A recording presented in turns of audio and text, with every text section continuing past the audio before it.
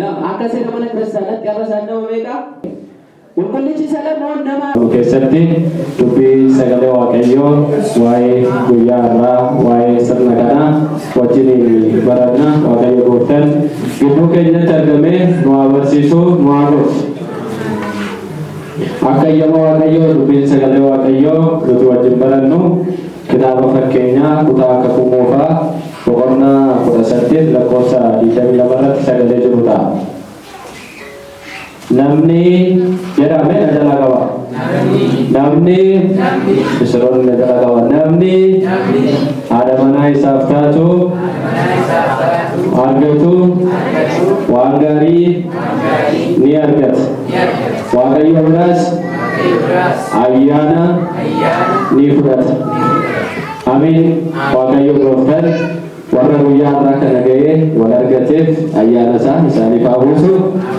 Warra deemsarra jiru warra karaarra jiru immoo akkasuma kennaa sanaan nama badhaafamu bu'aa taasifatu. Baay'een kan keessan barattoonni dalbataa namoonni as keessatti argamtan kaadhimaa sirna kanaati gara fuulduraatti jedheen yaada. Kanaaf waaqayyo gooftaan wayyaa ayyaana kana argatee sirna kanaan badhaafamu gooftaan nu haa taasisu. Warra waliin badhaafamanis immoo waaqayyo gooftaan wajjin isaan haa jiraachisu. Egaani dubbii sagalee kanaa kan dubbate waa'ee jireenya eenyummaa Addaamii fi Hewaaniin yogguu baay'ee irra deddeebi'ee kitaaba barreeffamaa yookaan immoo dubbii jireenyaa nuuf katame keessatti yogguu baay'ee kan teechisu qulqullichi Salamoon dubbii kanaa kitaaba kakuu moofaa boqonnaa 18 lakkoofsa 22 irratti nuuf kaa'ee jira jechuudha. Qulqullichi Salamoon yogguu baay'ee waa'ee ogummaa jireenyaa, waa'ee ogummaa jaalalaa, waa'ee ogummaa waliin jireenya Hewaanii fi Addaamin sa'aatii baay'ee irra deddeebi'ee dubbata jechuudha. Baay'ee sooyaa agartan amala isaatiin qulqullichi Salamoon ogeessa beekadha. Waa'ee beekumsa afuuras, waa'ee beekumsa biyya lafaas, waa'ee beekumsa jireenya hawaasaas keessa gadi bu'ee qulqullicha ogeessicha beeku gatii ta'eedhaaf waa'ee jireenya Hewaan fi Addaam yogguu baay'ee bakka baay'eetti kaasee seenessee dubbateera. Bu'uura kanaanii jireenyi biyya lafaa maal akka ta'e gaafa dubbatu kaadhimummaan akkuma jirutti ta'e wal kaadhimachuun salphaa ta'e akka jiru gaafa dubbatu garuu wal kaadhimachuu keessa qormaanni akka jiru. Waaqayyo kan dhaggeeffatu namni argate dhugumatti inni eebbifamaadha. Waaqayyo biraa ayyaana ni argata jedhee kan dubbata. Maatii Waaqayyo. Qulqullichi Salamoon nama har'aa miti nama kaleessaa ture. Qulqulluu har'aa miti qulqulluu kaleessaa ture. Yaa ta'utiin garuu jireenya addunyaa irraa kana tilmaamee dubbachuu qulqullicha danda'e. Addunyaa irraa keessatti kaadhimaa argachuun baay'ee ulfaata. Jiraachaa jirra waan ta'eef. Kanaaf qulqullichi Salamoon jim jedhee miti kan dubbatee jechuudha. Cal jedhee miti namni kun dhugumatti ayyaana argatee jira. Dhugumatti fuula Waaqayyootti jaalatee kan dubbannu yoo ta'e gaa'ila jechuun jireenya gara lamaatirraa gara tokkootti dhufu yaada lamarraa yaada tokkoon jiraachuu karaa lamarraa karaa tokkoon deddeebi'u gara sanatti dhufuudha. Gara sanatti gaafa dhufan immoo wal gottatuutu jiraata, wal dhiibutu jiraata, tokko tarii kuffisuutu jiraata waan ta'eef yaada kana keessatti bitamanii yaada kanaan abboomamuun fuula Waaqayyootti baay'ee guddaadha. Akka seera mana kiristaanaatti icciitii Hewaaniif yookiin Addaam seera Hewaanii fi Addaamin gaafa waliin jireenyatti dhufnu akka seera addunyaatti tokko ida'u tokko meeqayyuu lama akka seera mana kiristaanaatti arra isaan nama meeqa nama tokko qaama tokko jechuudha. Minaalbaata abbaan kaleessa yaada isaatiin bobba'aa ture, yaada isaatiin jiraachaa ture, ofii isaatis of gaggeessaa ture, akka barbaadetti bahee galaa ture. Har'a sun hin danda'ama? Hin danda'amu. Masaratiifis sanumaa jechuudha. Sa'aatii itti yaada tokkoon jiraachuu itti jalqaban, sa'aatii itti tokko dhukkubsachuu itti jalqabu, sa'aatii tokko ofitti yaaduu itti jalqabu, sa'aatii itti jaalachuurra baay'ee isa jaalachuu baay'ee ishii jaalachuu itti eegalan guyyaa irraa kana icciitiin raawwatee jechuudha. Kanaan booda abbabaaf ta'uu kan qabaatu yoo jiraate waa'ee rakkoo isaa waa'ee jireenya isaa yookiin immoo waa'ee keessoo isaa dhukkubsachuurra waa'ee ishee dhukkubsachuutu isaaf ta'a jechuudha. Ishiinis waa'ee ishii caachistee waa'ee isaa dhukkubsachuun ishiidhaaf ta'a jechuudha. Yoo sana ta'e jireenyichi jireenya jaalalaa ta'a. Jireenyichi jireenya Waaqayyoo jaalatu, jireenya Waaqayyoo eebbisu ta'a. Jireenya eebba isaas fidee gara isaanii dhufu ta'a. Yookaan har'a icciitii raawwachuu bichaan maatii Waaqayyoo gahaa miti. Har'a mana kiristaanaa keessatti wajjin qorramuun waliin dhaabachuu bichaan gahaa miti. Bu'uurarraa hiikkaa gaa'ilaa sirriitti beekuun barbaachisaa. Gaa'ila kunuunsuun baay'ee barbaachisaa. Jireenya waan ta'eef jedhu. Kanaaf nuuf jireenya isa dhumaati jechuu dandeenya. Har'a akkoo namni tagliiliidhaan wal fuudhee, qurbaanaan wal fuudhee, waan adda addaan wal fuudhee ji'atti. Minaalbaat isin waggoota baay'een dura akka isin wal hin beekneen amantaa qaba. Garuu namoota baay'eedhaan immoo wal bartanii wal beektanii hawwitanii kan isin bira dabartan baay'een isaa jira ture. Silaa isaa sana faana masarrattis jiraatti, abbaabanis jiraata. Garuu namoota baay'ee ija lapheetiin hawwitanii, ija lapheetiin barbaaddanii isaan keessan hin taane, kan abbabaas hin taane, kan masarrattis hin taane. Kan masarat kan ta'e abbabaa, kan abbabaa kan ta'e masarati.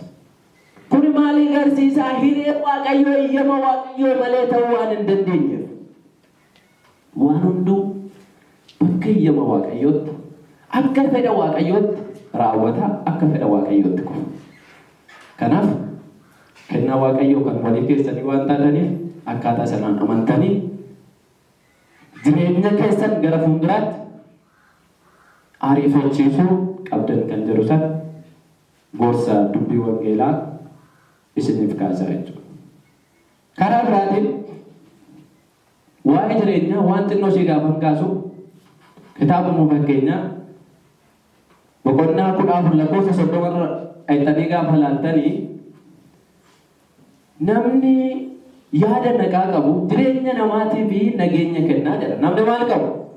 Namni yaada nagaa qabu. Namummaa namaatiif nagaa kennaa.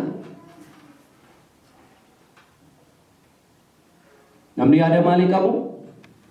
Namni yaada nagaa qabu. Namummaa namaatiif nagaa kennaa. Yaadni nagaan isa akka kanaa. Yaada gaarummaa of keessaa qabu, yaada jaalala of keessaa qabu, yaada sodaa Waaqayyoo of keessaa qabu, yaada anaaf irra nama biraatiif yaa raawwatu yaa ta'u jedhu. Yaada akkasiiti. Maatii Waaqayyoo isin dura kan walitti dhuftan jireenya irraa kanarra kan geessan qinxaalli eessaa ka'ee yaada kan keessan isa qulqulluu laphee keessan irraa madde. Manni kuni gaafa ijaaramu jalqaba yaadani kan inni ijaaramu. Yaadani kan inni ijaaramu. Yaadarraa ka'ee iddoo kana ga'a. Isinis immoo yaadni keessan nagaadha taanan borus yaadni keessan dhibee qabu taanan fayyaalessa taanan jireenya keessan keessa nagaatu jira. Jireenya keessan keessa jaalalatu jira. Jireenya keessan keessa gammachuutu jira. Jireenya keessan keessa jaalalatu jira. Doktorri kana hundaa yaada fayyaa qabu qabaachuu. Yaada fayyaa qabu yoo qabaanne yaadni keenya nagaa dhala. Nagaan gammachuu dhala. Gammachuun jaalala dhala. Jaalalli immoo jireenya dhala jechuudha. Kana keessa garuu tokko hir'isne irra tokko keessaa baanee irra taanan abbaa waan hundaa kan ta'e haadha waan hundaa kan taate nagaa dhaabna. Abbaa waan hundaa kan ta'e immoo Waaqayyo dhaabna. Namni nagaan qabu taanan gammachuu qaba. Hin qabdanii? Mee gaafa nagaa dhaabdan gammachuu keessa deddeebitanii ooltanii beektanii? Jira? Hin jiru. Gammachuu qabdan taanan namaaf jaalala kennuu hin dandeessanii? Aichaale hin danda'a. Jaalala qabdan taanan immoo mee namni akkasumatti ka'ee garraamummaa raawwachuu hin danda'a. Isa sila maaram jedhuuf faraaqaa tokko lama kennuu hin dandeessu. Aichaale hin danda'a. Kanaaf waan hunduma dursa yaadni keessan nagaa ta'u. Naalbaata yaadni abbabaa gaaf tokko ni gufata yoo ta'e. Gaaf tokko karaa hammaatarra deddeebi'e yoo ta'e yaada hammaataa keessa deddeebi'e yoo ta'e. masarat doktora yaalaa yookaan immoo yaada isaa yaaltee kan fayyistu karaatti kan deebisu ta'uu danda'u qabdi jechuudha. Abbabaanis sana ta'uu danda'u qaba jechuudha. Yaadni keessan nagaa yoo ta'e isin doktora yaada walii keessan yoo taatan yaada warra gufanne yoo taatan yaada warra walitti hin buune yoo taatan yaadni keessan inni nagaa sun inni fayyaa qabu sun nagaa isiniif dhala mana keessan keessatti. Nagaan immoo gammachuu isiniif dhala mana keessan keessatti. Gammachuun immoo jaalala isiniif fida mana keessan keessatti. Isatu immoo jireenya Waaqayyoo jaalatu ta'a jechuudha. Kanaaf akka eeyyama Waaqayyootti kana bu'uura godhattanii kana keessa deddeebitanii jireenya Waaqayyoo jaalatu akka jiraattan nuti sarara qofa osoo hin taane boros isin irraallee isin irraa barannee warra isinitti gammanne ittiin jiraannu isinis Waaqayyoo isin haa taasisu nus warra akkasii nu haa taasisu. Kanaaf gaalli arga kana ta'e qormaatawwan gaala keessatti dhufaniif garuu barrii cufu akka kaleessa baay'isnee hojjaalachuun hin ta'u sinii kaasee har'a jaalalaan ofii kan kooti yaadurra kan ishee yaadu kan isaa yaadutu irra filatamaadha baay'ee. Sana keessatti wal kabajuun, sana keessatti waliif ajajamuun, sana keessatti waliif abboomamuun, sana keessatti gadi jedhanii waliif hawwaachuun baay'ee hiika guddaa qaba. Abrahaamiif Saaraa gaafa jennu sim jennee miti. Saaranii Abrahaamin gaafa yaamtu geetee jettee akka waamtu bakka baay'eetti kitaaba baay'ee keessatti abboonnis barumsa nu kaasu. Abrahaamis immoo Saaraa gaafa yaamu akkam akka ta'e yeroo baay'ee ni baran. Jireenya Abrahaamiif Saaraa gaafa jennu afaanumaan faaruudhaan qofa osoo hin taane mana keenya keessatti shaakaluudha. Rakkoon barbaade yoo jiraate dhiibbaan barbaade yoo jiraate sana ta'uudhaaf eeyyamamaa ta'u. Laala.